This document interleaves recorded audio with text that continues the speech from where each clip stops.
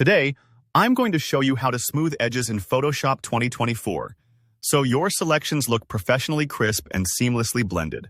By the end of this tutorial, you'll understand not only how to soften those rough edges, but why this simple skill can make a huge difference in your final images, whether you're crafting cutouts, masks, or composite photos.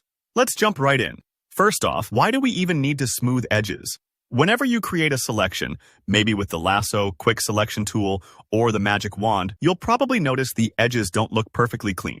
They might appear rough, pixelated, or jagged. Think of it like cutting out a picture from a magazine with dull scissors. The edges aren't neat, so when you place it on a new background, it stands out in the worst way.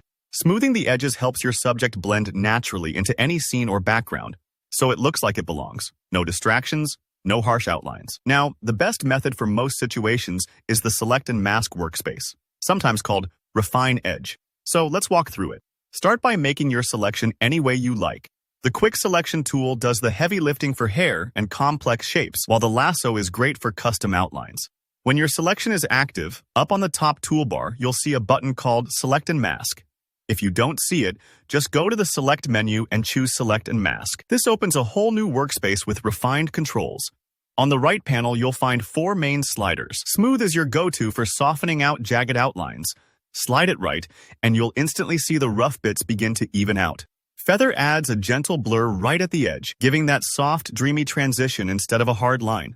Contrast works in the opposite direction, making the edge crisper. So if it's looking a little too soft, you can add a tiny bit of snap. And Shift Edge moves the border in or out slightly.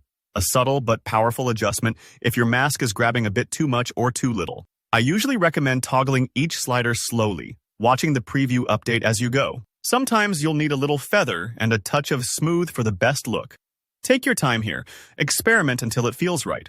Once you're happy, go down to Output Settings. Choose New Layer with Layer Mask. This keeps your original untouched and gives you full flexibility later. Hit OK, and you've got beautifully smooth edges, primed for composite work, background removal, or pretty much any edit. But maybe you're working with a simple logo, a solid shape, or just want a quick fix. You can smooth manually with Select, Modify, Smooth. After making your selection, go straight to the Select menu, choose Modify, and then Smooth. You'll be prompted for a radius. 2 to 10 pixels is usually the sweet spot.